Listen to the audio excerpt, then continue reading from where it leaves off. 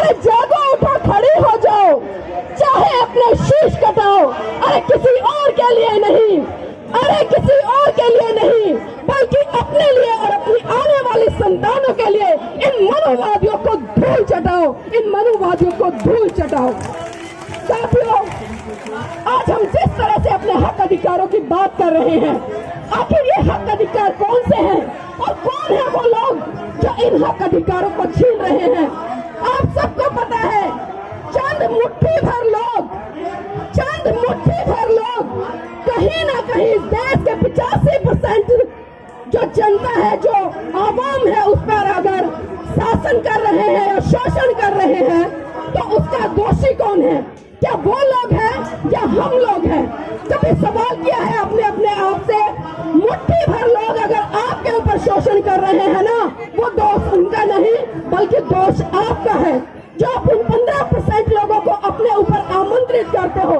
क्योंकि साथियों, जिस तरह से पेरियार जी ने लगातार पाखंडवाद, रूढ़िवाद, अंधविश्वास के खिलाफ आंदोलन छेड़ा और साफ साफ उन्होंने कहा कि ईश्वर नहीं है, ईश्वर बिल्कुल भी नहीं है, और जो लोग ईश्वर की पूजा करते हैं मैं उन्हें मूर्ख मानता हूँ, और जो लोग ईश्वर का प्रचार करते हैं वो धूर्त है, पापी है, दुराचारी है। तो इसलिए मेरे समाज के लोगों, उन रूढ़िवादी परंपराओं से बाहर निकलो, उस अंधविश्वास से बाहर निकलो, उन पाखंडवाद की जंजीरों को तोड़कर अपने लिए आजादी के स्वतंत्र द्वार खोलो और संविधान के तहत अपने जीवन को जीने का एक मुकाम हासिल करो।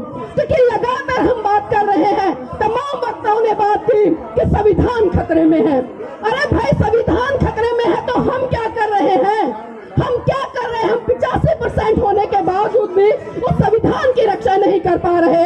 तो लानत है हमें ऐसी जिंदगी पर, लानत है हमें बाबा साहब का अनुयायी होने पर, लानत है हमें पेरियार जी के अनुयायी होने पर। मैं यहाँ पर एक बात कहूंगी, शायद बहुत सारे लोगों को कड़वी लग जाए। साथियों, अनुयायी और भगत में बहुत बड़ा फर्क होता है, क्योंकि आजकल मैं देख रही हूँ ट्रेंड बन गया है। हमने नीले पटके गले में डाल लिया है, मूंछों पे ताव लगा लिया है, नीली पटकड़ियां बांध ली है और हम मंचों से जय भीम के बड़े बड़े नारे लगाते हैं। लेकिन कभी उस जय भीम की विचारधारा को हम समझने का काम करते हैं? शायद नहीं, शायद नहीं।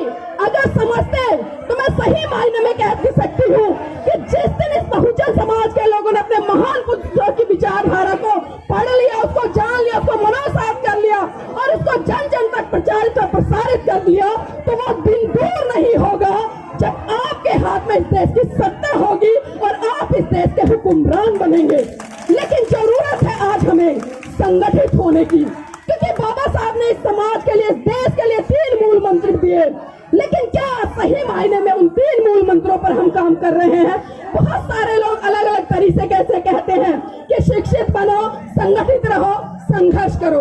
लेकिन बाबा साहब के 3 नारे साथियों अगर इंग्लिश में देखें और उनका हिंदी में मैं अनुवाद करूं, तो बाबा साहब ने साफ साफ निर्देश दिया कि शिक्षित बनो, संगठित करो और संघर्ष करो।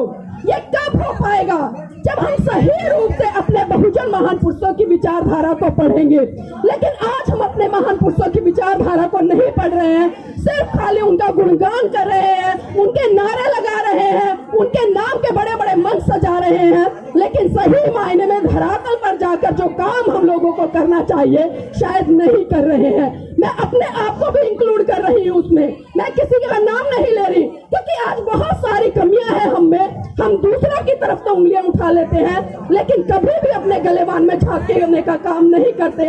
और जिस दिन हमने ये काम शुरू कर दिया ना, मैं फिर दोबारा से कह रही हूँ कि आप इस देश की सत्ता पर राज करेंगे। लेकिन साथियों, जो अनुयायी होता है, क्योंकि मैंने यहाँ पर भक्त की डेफिनेशन दी कि वो जो जयकार करता है, वो फूल मालाएं चढ़ाता है, हर साल उनकी जयंतियां मना लेता है और फिर उसके बाद घर में जाकर आराम से सो जाता है। लेकिन जो अनुयायी होता है, अनुयायी में देखिए कितना बड़ा फर्क होता है।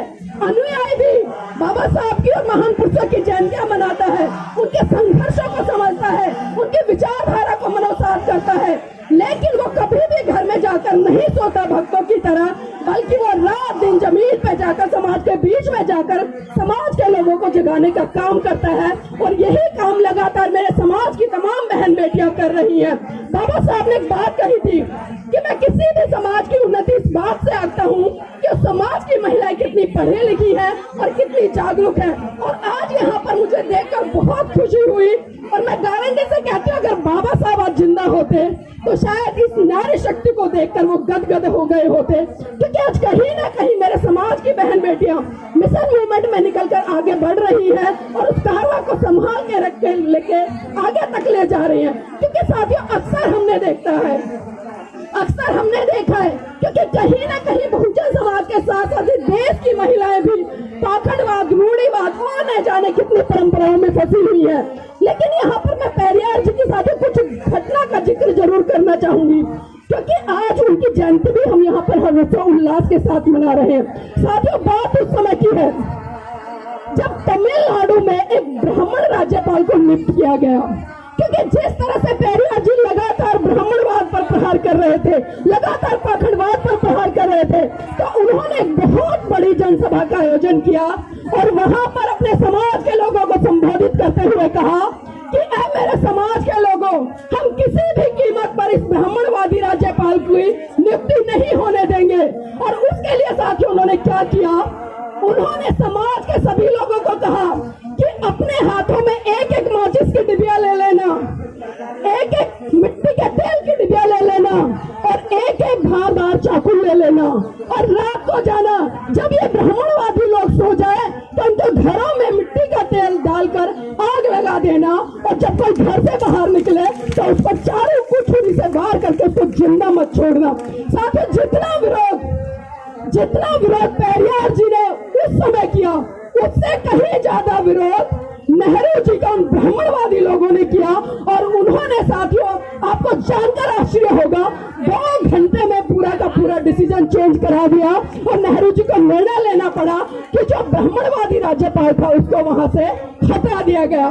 तो ये ताकत थी हमारे महान पुरुषों की। तो आज मेरे समाज की बहन बेटियों को घर की 4 दीवारी से निकलने की जरूरत है। और आज मैं कहती हूँ हमारी लड़ाई कलम की है क्योंकि हमारे महान पुरुषों ने हमें कलम थमाई। बाबा साहब, फुले, पेरियार, इन सब ने हमें कलम दी। लेकिन जिस तरह से अगर मैं पेरियार जी की बात करूं तो साथियों उन्होंने जूतों से स्वागत किया, उन्होंने जूते से स्वागत किया। और एक घटना का जरूर मैं जिक्र करना चाहूंगी क्योंकि आजकल देश में जो सिनेरियो बना हुआ है कहीं ना कहीं हम देख रहे हैं आज बहुत सारी चीजें ऐसी लादी जा रही हैं जिनका इस देश के लोगों से कोई भी सरोकार नहीं है। आज विज्ञान पर पाखंडवाद को हावी किया जा रहा है। अभी सुबह सुबह जिस तरह आपने देखा एक मंच सजा था और वहां पर साफ साफ लिखा था कि एक व्यक्ति की गर्दन काटने पर इतने करोड़ रुपए का इनाम। आखिर चल क्या रहा भारत देश में कि दिन दहाड़े भगवाधारी लोग जिन्होंने की भगवा संस्कृति को भी बदनाम कर दिया है वो दिन दहाड़े करोड़ों रुपए का इनाम रख देते हैं गर्दन काटने पर। अब सोचिए ये ताकत आती कहां से है इन लोगों को, ये ताकत आती कहां से है, ये हिम्मत आती कहां से है? क्योंकि हम चीजों को समझ नहीं पाते क्योंकि कहीं ना कहीं सत्ता में बैठे हुए लोग और प्रशासन में बैठे हुए लोग इनके हाथों की भी कठपुतली बने हुए हैं। क्योंकि जो लोग आज लगातार हिंदू राष्ट्र की मांग कर रहे हैं, मैं आपको बता दूं अगर ये भारत हिंदू राष्ट्र होता है ना तो ना मैं यहाँ पर बोल पाऊंगी ना आप यहाँ पर बैठकर मेरे विचार सुन पाएंगे। तो